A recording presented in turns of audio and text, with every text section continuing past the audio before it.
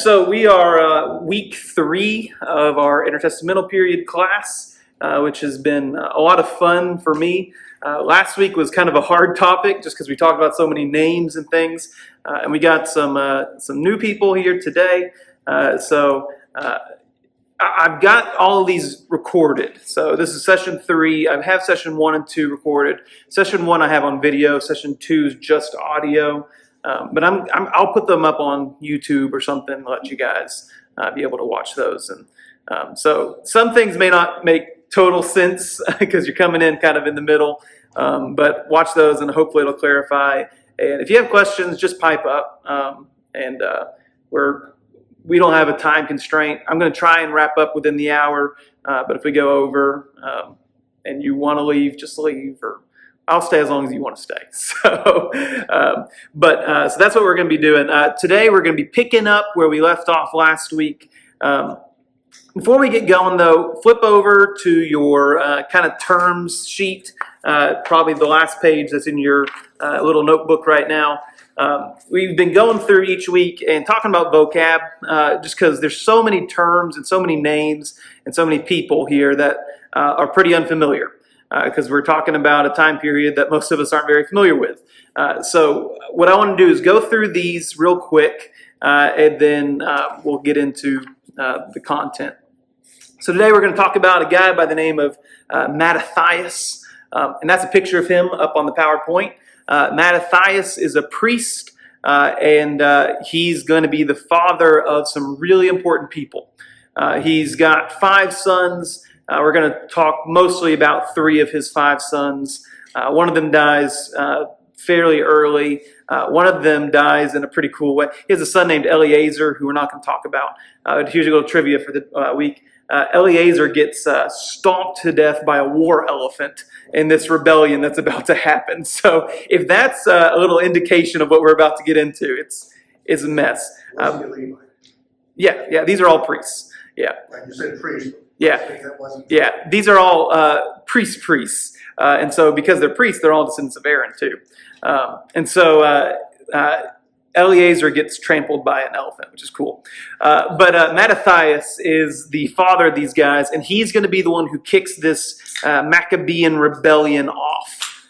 He's going to see that there's some, the Seleucid Empire, who's in control at this point, they're going to be persecuting the Jews. And he's going to kill that guy you see up on screen, who's a priest. I've got it both directions. Sorry, it's the same thing. He's going to kill this priest who's about to sacrifice to Zeus. And so he kills him, and this rebellion kicks off. Mattathias has 5 sons. 3 are important. There's Judas, the Maccabees. So if you have heard of the Maccabees, Judas is kind of the one that the Maccabee term comes to talk about, not just him, but to his brothers too. The term Maccabees means the hammer. So kind of like Thor, he's called that because he really hammers the Seleucids. And he really pushes them back. And he has this really bloody guerrilla warfare campaign. And he's going to, ultimately, his big accomplishments are he's going to cause the Seleucids to say, this Israel is more trouble than they're worth, and they're going to withdraw. And he's going to rededicate the temple, what's going to become known as Hanukkah. That's about Judas. And he's going to also serve as high priest himself, which will be interesting. Judas is going to die, and his brother Jonathan is going to take over in his place as kind of the leader of Israel. And he's going to be a kind of shady guy. He's going to play both sides. And he's going to be high priest. He'll get that high priesthood from the Seleucids, which is ironic because that's kind of what started the whole rebellion in the first place, if you remember what we talked about last week. We're not going to talk about this today, but we will talk about it next week. In the Dead Sea Scrolls, there's a lot of reference to a wicked priest. This is who that's probably talking about. So when the Dead Sea Scrolls talks about a wicked priest, they're probably talking about this Jonathan. There's some debate, but probably Jonathan. Then Jonathan's going to die. His brother Simon is going to become the leader. And under Simon, Israel is going to finally earn their independence. They're going to become an independent state for the last time up until when?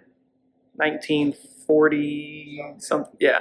And then Israel is going to become an independent state. And so Simon's going to kick off Israel's independence, and he's going to take the title. He's not only going to be high priest himself, but he's going to take the title of Nasi, which is Hebrew for prince, or you may see he may be called an ethnarch, which is a Greek title for like governor or something. But he's going to be the leader of the independent people. And that's what we're going to leave off with Simon, and then we'll come back after VBS talking about Simon's son, John Hyrcanus. So 2 books that are really important, and I'm going to be pulling a lot from, and we're going to actually read from today, is First Maccabees. So it's First Maccabees is written late 2nd century. And so, if you think about AD and BC, the lower the number in the BC, the closer to us in time it is.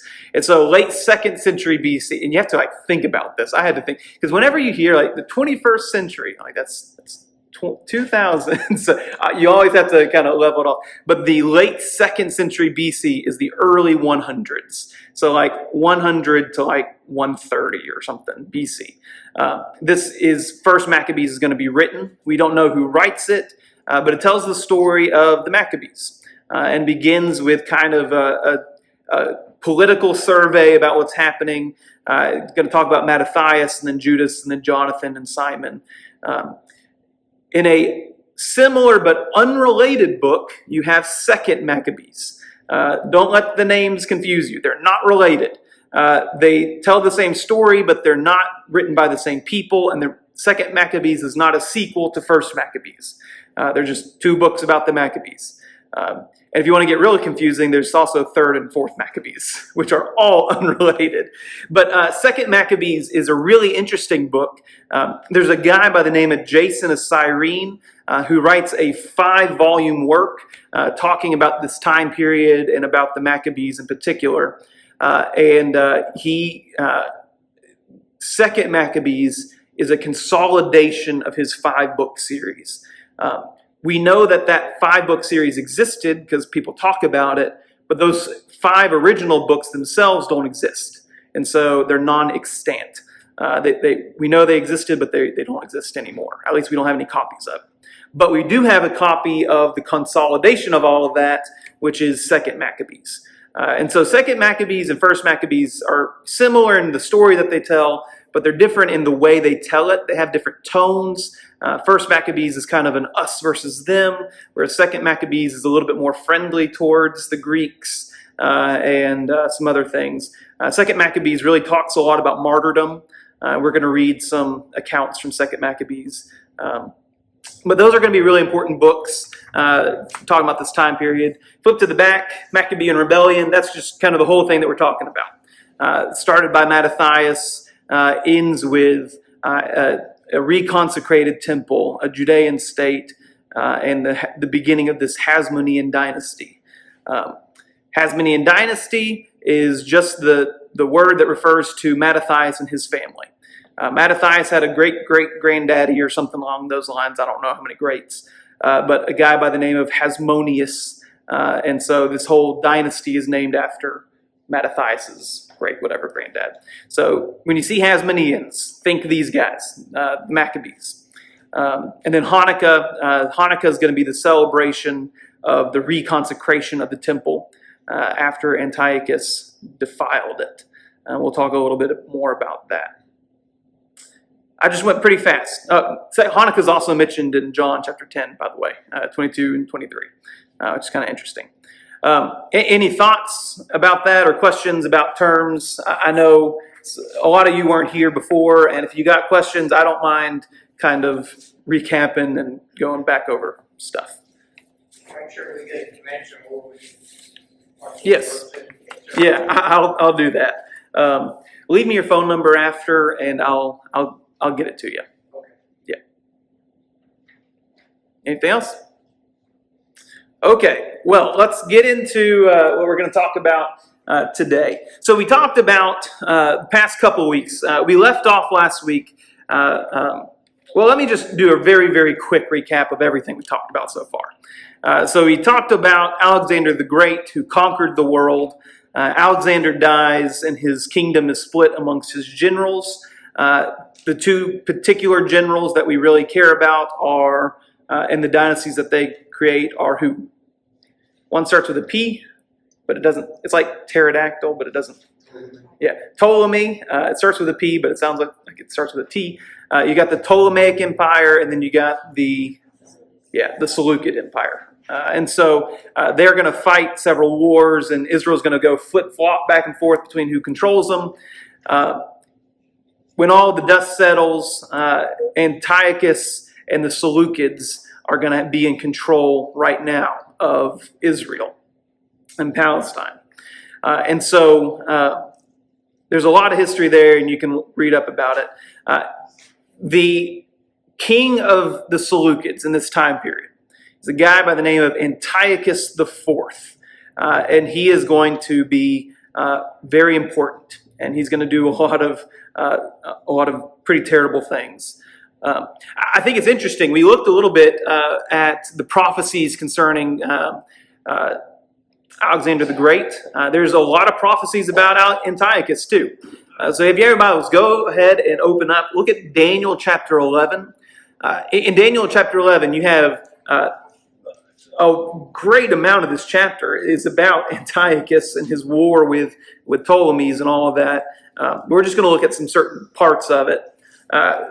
Pick up with me verse 25, and we'll read through 28. And he shall stir up his power and his heart against the king of the south with a great army. Who's the king of the south? Who might that be? The Ptolemies in Egypt. And the king of the south shall wage war with an exceeding great force and a mighty army, but he shall not stand, for plots shall be devised against him. Even those who eat his food shall break him, his army shall be swept away, and many shall fall down slain. And as for the two kings, their heart shall be bent on doing evil. They shall speak lies at the same table, but to no avail, for the end is yet to be at the time appointed. And he shall return to his land with great wealth, but his heart shall be set against the holy covenant. And he shall work his will and return to his own land. So there you have something interesting, because what do we know about what happened with Antiochus and his war in Egypt? He goes down to Egypt. They have this kind of ceasefire type thing. He betrays him, and he returns back north. And he returns north with great riches because he robs the temple. And so that's what's being talked about. You have this interesting Antiochus IV's confrontation with Rome is recorded. Look at verses 29 through 30. At the time appointed, he shall return and come into the south, but it shall not be this time for as it was before. For ships of the Kittim shall come against him, and he shall be afraid and withdraw, and shall turn back and be enraged, and take action against the holy covenant. He shall turn back and pay attention to those who forsake the holy covenant. And so here you have an interesting encounter, because after Antiochus comes back up, he goes back down to Egypt because he's greedy for some more. He already beat him. And so he goes down, but Antiochus is stopped. And there's a really interesting, fascinating story about why Antiochus is stopped. So Antiochus goes down to Egypt, and he conquers virtually all of Egypt except for the capital city, which is Alexandria.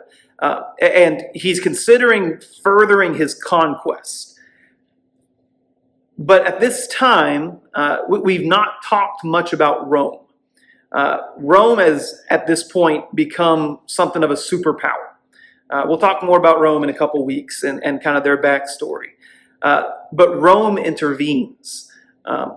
The identification of the Kittim is interesting, and I wrote a paper on it about a couple years ago.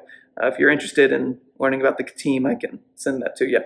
But The Kittim are the Romans, and I wrote a paper telling you why they're the Romans. But Rome comes and they put a stop to Antiochus IV's conquest.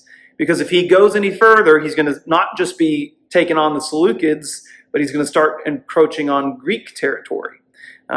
They've had the Punic Wars, and Greece now, or Rome now owns Carthage and that part of Egypt.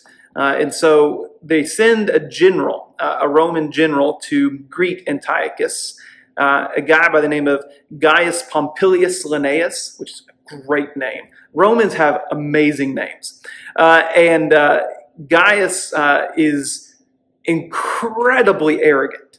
The Romans at this time were just unbelievably powerful and unbelievably arrogant about their power. And so he meets with Antiochus, and they begin to discuss some things, and he takes a stick and he draws a circle around the king. And he says something to the effect of, you will tell me that you're going to stop this conquest, or else you're not going to leave this circle. If you do, we'll destroy you. Now think about what you're doing in that situation. You're literally drawing a circle around a king and saying, if you step out of that line, I'm going to obliterate you. And Antiochus does not call his bluff because they're not bluffing. And so Antiochus goes back with his tail tucked between his legs, goes back up to his home in Syria. And so Rome intervenes. And he shall be afraid and withdraw, turn back. That's exactly what happened. And as he returns from that time, he's embarrassed, and he's had a big war debt, and things are just not good. And so he returns back up to Egypt, or back to his homeland, and that's when the persecution really begins. And it's going to be bad. And so you also have some prophecy about that. Daniel chapter 11, verses 31 through 35. This is what we see happens. Forces from him shall appear and profane the temple and fortress, and shall take away the regular burnt offering, and they shall set up the abomination that makes desolate. And he shall seduce with flattery those who violate the covenant, but the people who know their God shall stand firm and take action. And the wise among the people shall make many understand, though for some days they shall stumble by sword and flame, by captivity and plunder. When they stumble, they shall receive a little help, and many shall join themselves to them with flattery. And some of the wise shall stumble, so that they may be refined, purified, and made white until the time of the end. For it still awaits the appointed time. And so here you have a prophecy about what's going to happen afterwards. There's going to be a persecution. Antiochus is going to forbid the practice of the law, and there's going to be a rebellion against him, and people are going to stand strong. Yeah. What version are you reading now? ESV. Yeah. Yeah. And so it's going to be quite the event. Any thoughts or questions about the prophecies before we get into the beginnings of the rebellion? This was a wild time. It is. This is just absolutely crazy. You know, we think about, we live in maybe some unsettled times. We do not. So as bad as things are, and as bad as we see things may be going, it is not this. You know, we have it really good. Yeah. Yeah.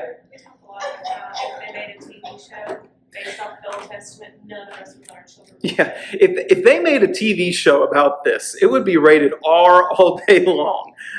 It would be horrifying. These are some rough times. Okay. Any other questions, thoughts? It's interesting that there's no, God doesn't talk to them during that intertestamental Yeah. period. But he's already told, he really has, but in the Old Testament, he tells us what happened. Yeah, exactly. And that's a really interesting point. And we may talk about this a little bit more, but during this time period, it's recognized. Even First Maccabees, which is not a biblical book, they talk about, God's not speaking like he used to. There's two parts. I was just talking to Claire about it. I was reading through First Maccabees before we started class. There's two parts in the book of First Maccabees where Maccabees does something. He casts out the stones that have been made unclean, and he says, "I guess we should wait to figure out but when a prophet comes, they'll tell us what to do with these things that are now defiled." And so they put it in like a holding place. What's that imply? That there's no prophets right now. And then when Simon becomes ethnarch or Nisai or whatever, he becomes king essentially. They make him king and his lineage king until a suitable prophet comes to give them guidance. And First Maccabees says that. And so there's a realization that God's not communicating like he used to, but Daniel has laid out so much of this. And it's so specific, in fact, virtually nobody, even the most liberal scholars that you can think of, refutes that Daniel 11 is talking straight about Antiochus IV. Nobody refutes that. What the super liberal people will do, though, is they'll say, well, Daniel was writing after the fact, because this is just too close. The problem with that is we have copies of Daniel from the Dead Sea Scrolls that are really, really old. So that's the problem. Do you know when Daniel, the time difference between Daniel and actual? Yeah, this is happening, all of this stuff's happening late 200s, early 170s. So between that time gap, like that 30-year gap, Daniel's written probably 550-ish BC. So there's several hundred-year gap. He's still wants to go. Yeah, look at that. We looked at earlier class. We looked at the prophecies about Alexander the Great, and that one I think is perhaps even more clear than this one, but it's clear. Okay, well, let's get into. There's three major factors that are really leading into this rebellion, and we'll look at each one of these in more detail. There's the Hellenistic reform. What is Hellenism?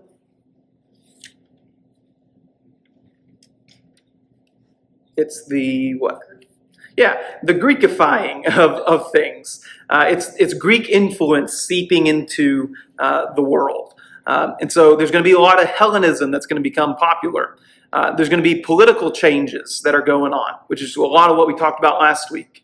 And then there's this persecution from the Seleucids.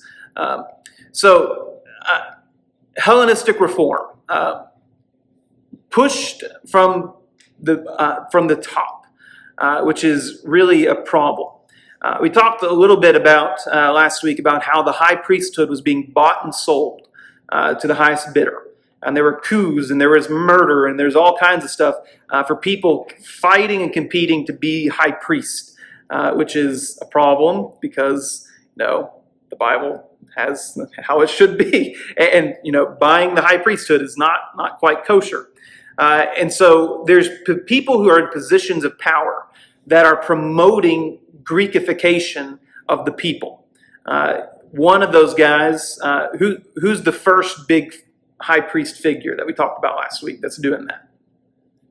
Jason. He begins to promote these things. He authorizes a gymnasium to be put on the Temple Mount. And a gymnasium is problematic because it's a place where the Greeks practice sports and bathe and do all kinds of things, and everything done there is naked, which is scandalous to the Jews. And so he approves the building of a gymnasium on the Temple Mount. And he's the high priest, and he's letting them do this. There's a push to change the name of Jerusalem. And so this one doesn't actually get to go through, but Jerusalem's going to be, there's a proposition to name it Antioch at Jerusalem. What are you doing? What is Antioch? All those Antioch cities There's quite a few of them. Who are they named after? Antiochus. And so, that didn't fly too well. You have the high priest after Jason, who's way worse than Jason on the Greek scale, a guy by the name of Menelaus. He allows, because he's so Greek-friendly, when Antiochus comes back up, what's he allow Antiochus to do? Rob the temple treasury, which is the central bank for all of the Jews. If you have a treasure and you don't want to keep it in your personal house because you're afraid of robbers, go stick it in the temple. It'll be safe there. Unless Menelaus is high priest, and then he lets the king just come in and take everything. And so all of these things make people really unhappy. There's a strong contingent, and the majority of Jews are very conservative. They've learned their lesson from the Babylonian captivity. And they want to be God's people and do what's right. And they're really upset about this. There's a contingency that are not the Hellenized Jews, and they welcome all these changes, and they don't have a problem with it. And so there's tensions between the Hellenistic Jews and the conservative, faithful Jews. A term I probably should have put in the term sheet. We'll talk about it some next week as we talk about the different Jewish sects. We got to really enunciate that CT. But there's a group called the Hellenists, but there's also a group called the Hasidim, which the word Hasidim, like Hasidic Jews, I don't know if you've ever heard that term today. It just means the pious ones, the faithful ones, the ones who take their faith seriously. And so you're going to have this big political split between the pious Jews and the Hellenistic Jews. And that's going to be a big problem. You've also got some political changes. So you got like the buying and the selling of the priesthood. That makes people very unhappy because you've got people assassinating their brother to be priest. You've got coups, multiple coups. You've got multiple people bribing their way to top. You've got the Seleucids who don't care about the Jewish religion. They're just saying, oh, you gave me some money, you can be high priest. You got Menelaus, who's not even a Levite, who's acting as high priest. He's a Benjaminite. And so people are really upset about that because the high priesthood is essential. And so they're upset about the corruption of the priesthood. We kind of left off last week talking about Jason's attempted coup. And so Menelaus was high priest and kicked Jason out, and then Jason tries to take the high priesthood again for himself. And at that time, that's when Antiochus is coming back up from Egypt and coming back to his homeland. And he is furious that he's just had that embarrassing humiliation by the Romans. He comes back up to his homeland, kind of licking his wounds, and he finds trouble on the home front, and he's mad. And so because of Jason's attempted coup, he says, you Jews, you can't be trusted.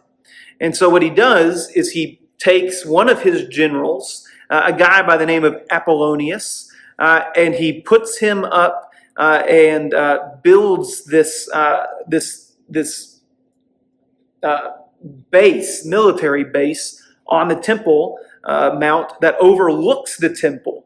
It's called the Acra. That's going to be where Jesus is later, brought before Pilate and those kinds of things. And so now, because of this failed coup, there's a Seleucid general who's watching everything that the Jews are doing as they go about their worship on the temple and everything that they do. They feel spied on. And he has a station of 80,000, or a station of Syrian troops that accompany him. And because of that coup, 80,000 people are put to death in 3 days. That's a mind-boggling number. That's Neyland Stadium worth of people that are murdered because of this coup. Just think about the logistics of that. Not to be too gruesome, but what do you do with all those bodies? Think about how much blood that is. That's a horrifying sight, and that's got to be incredibly traumatic for everybody that goes through that. And those Syrians are incredibly disrespectful to the Jews. They hate the Jews. They've always hated the Jews. And so there's this rife anti-Semitism in their homeland, in Jerusalem. They worship their gods, who would be like Baal. They worship Baal on the Temple Mount. There's one story, it's kind of funny, but some Syrian soldiers during, I think it's Yom Kippur, the Day of Atonement, they moon the high priest, and the people are just so incensed. They're so angry about it because I think they might have made the priest unclean or something. There's a lot of people die in that event. People get trampled to death. It's chaos, and they don't feel at home in their own home. And Jerusalem is, being corrupted from within and without, and things are just not what they should be. And they remember, and they have Bibles, and they remember about like the days of David. They think fondly about the good days, and that's just not what they're living through. And so there's political changes that have really upset the people. There's persecution from the Seleucids. And this is going to be the straw that breaks the camel's back. It's going to be bad. They outlawed the practice of the law of Moses. They outlawed the Bible. And so Jews are no longer allowed to keep the Sabbath. Jews are no longer allowed to keep kosher. And how do you forbid somebody from abstaining from something? You kill them. How else?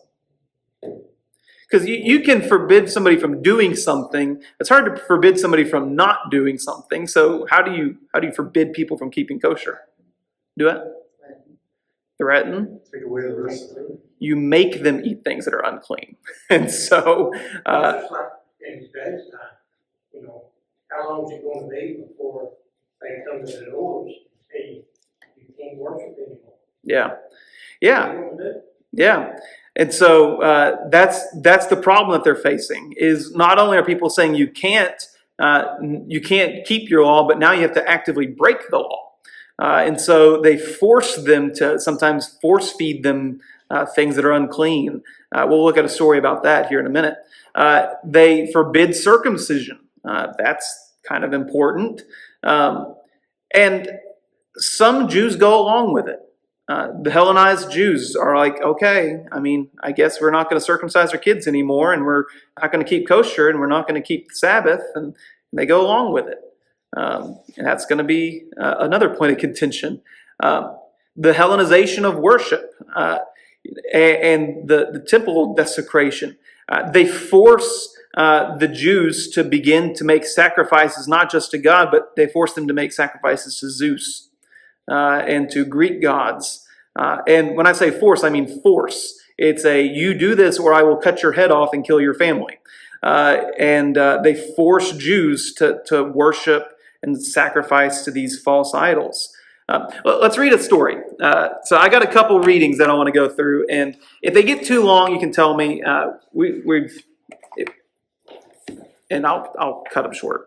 2 Maccabees, chapter 6. I don't figure that many of you have 2 Maccabees at hand, so I guess you can just listen. 2 Maccabees, chapter 6, verse 24 through 31. So this is talking about the martyrdom of a man named Eleazar. Eleazar was a 91-year-old man. This is what it says. It says, "Such pretense is not worthy of our time of life," he said, "lest many of the young should suppose that Eleazar in his 90th year has gone over to an alien religion, and through my pretense, for sake of living a brief moment longer, they should be led astray because of me, while I defile and disgrace my old age. For even if the present I should avoid the punishment of men, yet whether I live or die, I shall not escape the hands of the Almighty. Therefore, by manfully giving up my life now, I will show myself worthy of my old age, and leave to the young a noble example of how to die a good death, willingly and nobly for the reverend and holy laws. And after he had said this, he went at once to the rack. And those who were before had acted towards him with goodwill now changed their to ill will because of the words that he had uttered were in their opinion sheer madness. When he was about to die under the blows, he groaned aloud and said, "It is clear to the Lord in his holy knowledge that although I might have been saved from death, I'm enduring terrible sufferings in my body under this beating, but in my soul I'm glad to suffer these things because I fear him." So in this way he died, leaving in his death an example of nobility and a memorial of courage, not only to the young, but to the great body of his nation. And so they're trying to compel Eleazar, who's a scribe, to violate the law. And what's he say? He says, well, I'm 90-something years old, and I guess I'm just going to leave an example for the young. And many of the young are saying, what are you doing? You could just violate it and you can live. And he says, no, I'm not going to do that. My faith's in God, not man. And so he goes willingly to his own death. That's some hardship.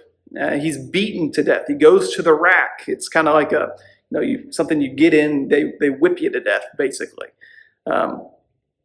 That's the kind of thing that people were facing. The kind of options that they had. Antiochus is going to be incredibly cruel towards the people.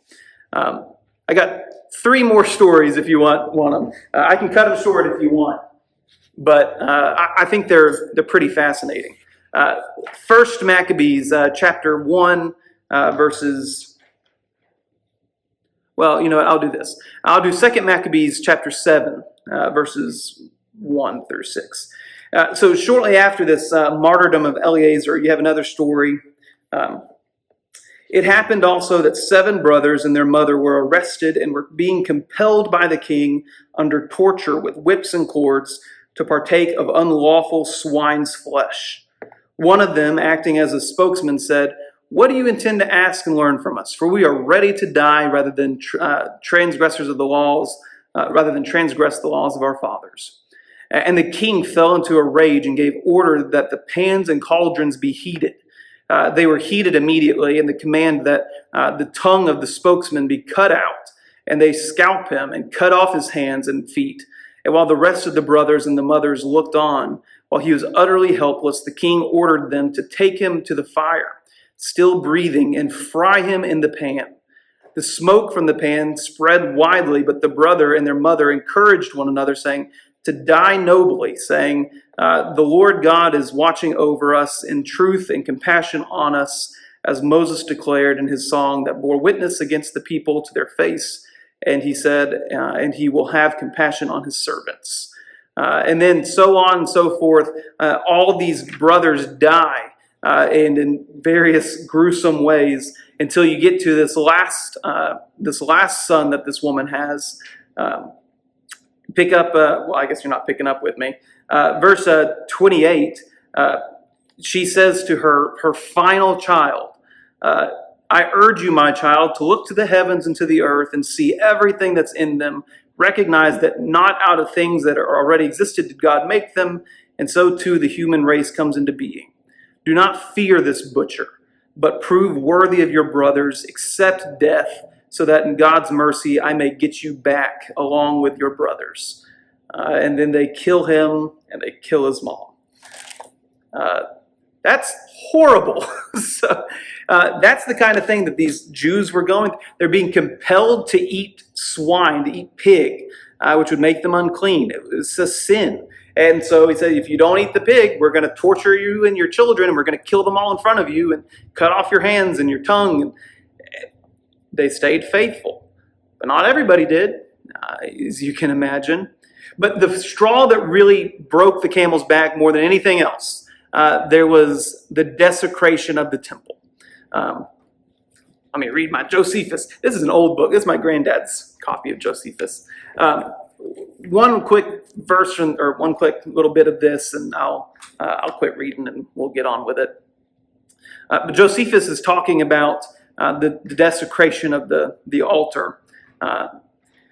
He says, and when the king had built an idol altar upon God's altar, he slew swine upon it, and so offered a sacrifice neither according to the law nor according to Jewish religious worship in that country.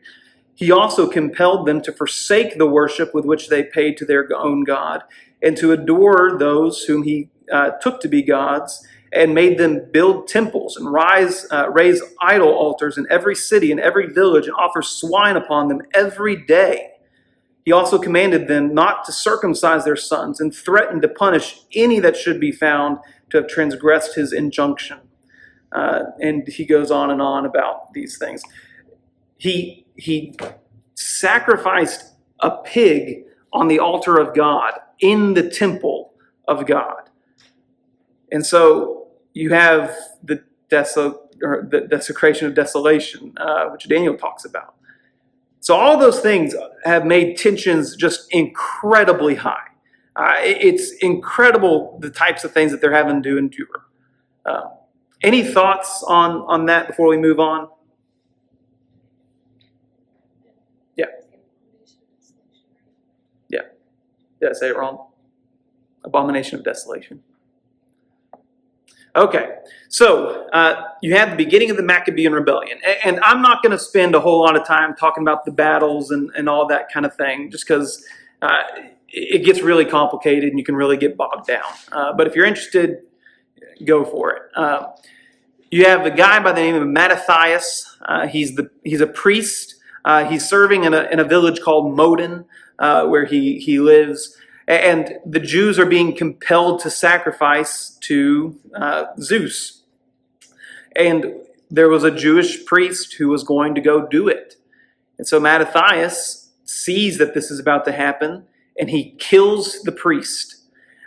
He kills him as he's making the sacrifice. And then he kills the Seleucid guards that are there. And he has this speech and says, there's going to be more blood. Well, let's read it. This will be my last reading, I promise. But first, Maccabees chapter 2, verse 23, or verse 19. Mattathias answered and said in a loud voice, "Even if all the nations that live under the rule of the king obey him and have chosen to do his commandments, departing each one from the religion of his fathers, yet I and my sons and my brothers will live for the covenant of our fathers. Far be it from us to desert the law and the ordinances. We will not obey the king's words by turning aside from our religion to the right hand or to the left." And when he had finished speaking these words, a Jew came forward in the sight of all to offer a sacrifice upon the altar of Modin, according to the king's command. When Mattathias saw it, he burned with zeal, and his heart was stirred. He gave vent to his righteous anger. He ran and slaughtered him upon the altar. At the same time, he killed the king's officer who was forcing him to sacrifice, and he tore down the altar. And thus he burned with zeal for the law, as Phinehas did against Zimri, the son of Salom. Then Mattathias cried out in the city with a loud voice, saying, "Let everyone who is zealous for the law and supports the covenants to come out with me." And he and his sons fled to the hills and left all that they had in the city. And so Mattathias kills this guy and says, well, we kind of got to get out of town now. And so he goes and he runs off and he flees with his sons, Judas, Maccabeus, Jonathan, Simon, Eleazar, and I can't remember the other one. I think his name was John. And they begin a guerrilla campaign.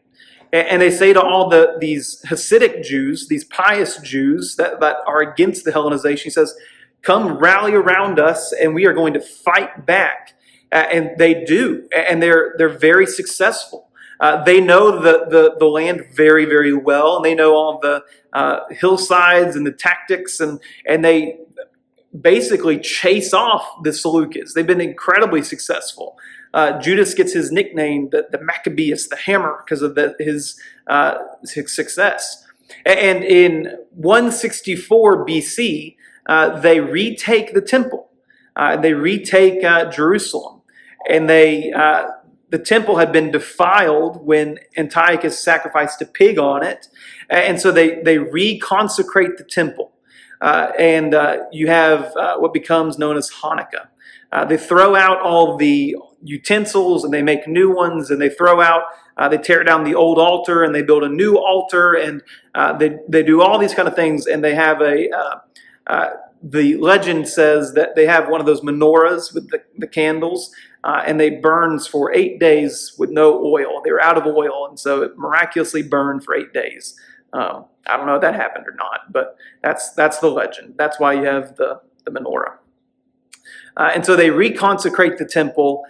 Then Judas becomes high priest. And now you have the leader of a rebellion. Mattathias dies pretty shortly after. He's a really old guy. Judas kind of takes the mantle. And now you have this leader who's also high priest. Interesting. I wonder if that's going to come back to bite anybody. And you have later these figures. I won't spend much time on these. He's a great warrior, nicknamed the Eurydicates, served as high priest.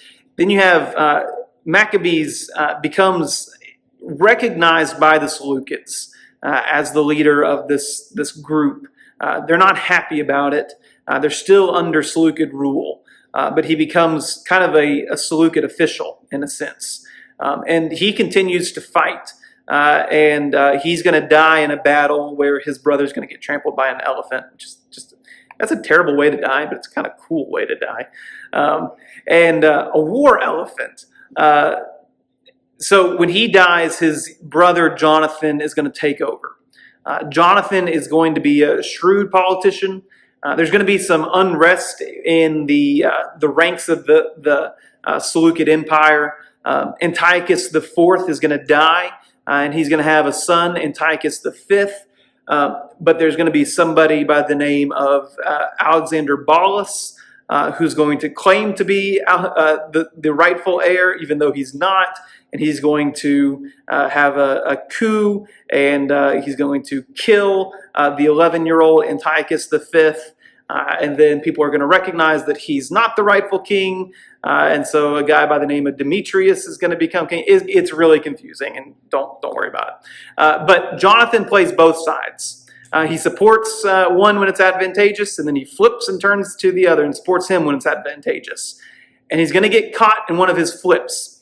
And because he's such a double-sided kind of guy playing both sides, he's going to get betrayed, taken into custody and killed because he was playing games with powerful people. And then Simon's going to become the leader. And Simon's going to be a pretty good ruler as far as these rulers are going to be. The Hasmonean dynasty is going to have a lot of issues.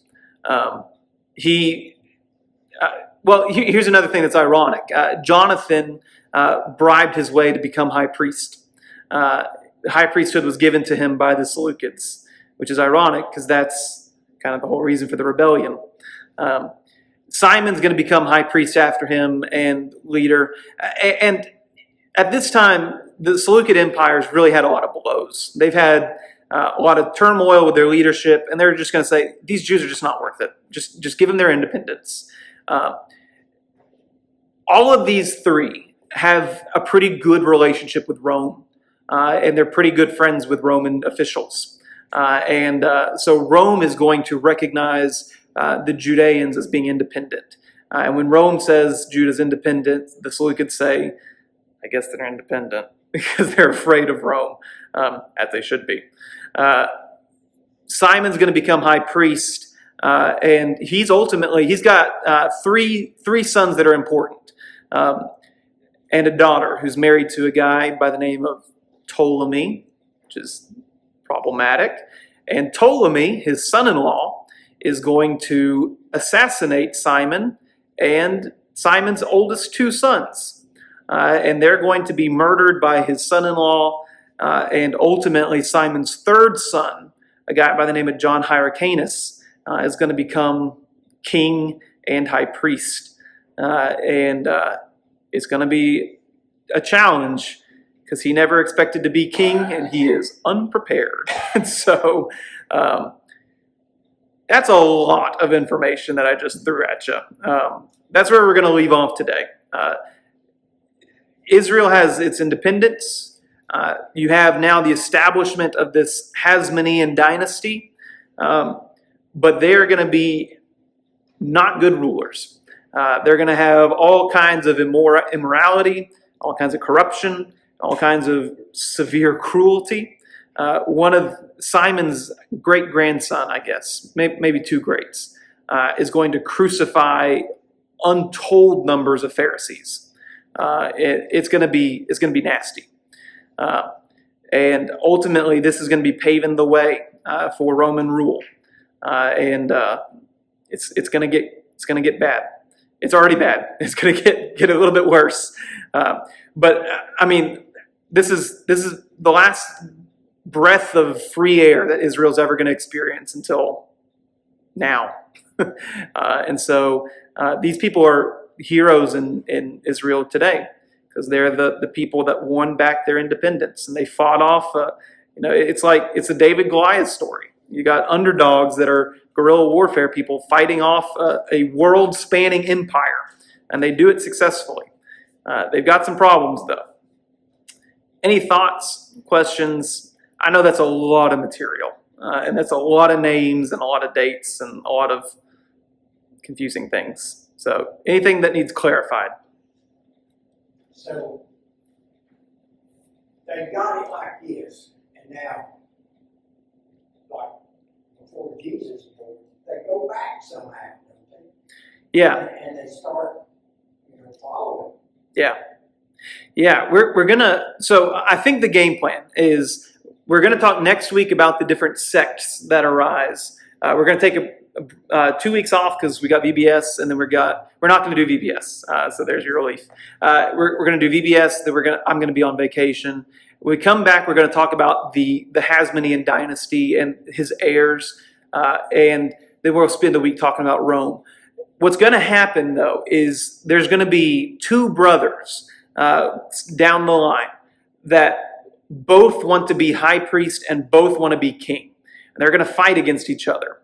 And they're both going to appeal to Rome and say, hey, help me fight my brother. And Rome's going to say, okay. And they're going to march in and take over everything. And that's going to be it for this dynasty. So this is setting the stage for that. Yeah. It's a mess. So, but you can imagine, people aren't too thrilled with the way things are when Jesus arrives. They've just gotten through this. It's just people that's trying to direct their own lives. Yeah. And Yeah. that they are wrong. Yeah. It's people being people. Yeah. Makes you wonder why God chose to send Jesus at the timing that he did. Yeah. Well, I think that these things are the reason why God sent Jesus when he did. Yeah. Okay. Well, I appreciate you guys. For those of you who've not been here, leave me some contact info and I'll try and get that to you so you guys can watch the first two periods. Next week, we're going to talk about the origins of the Pharisees and Sadducees and the Essenes, who are very interesting. And we're going to talk about Qumran a little bit. And look at that. That's a picture of Qumran. That's where the Dead Sea Scrolls are. We're going to talk about the Dead Sea Scrolls. So if you ever wondered where they fall into all of this, it's here. So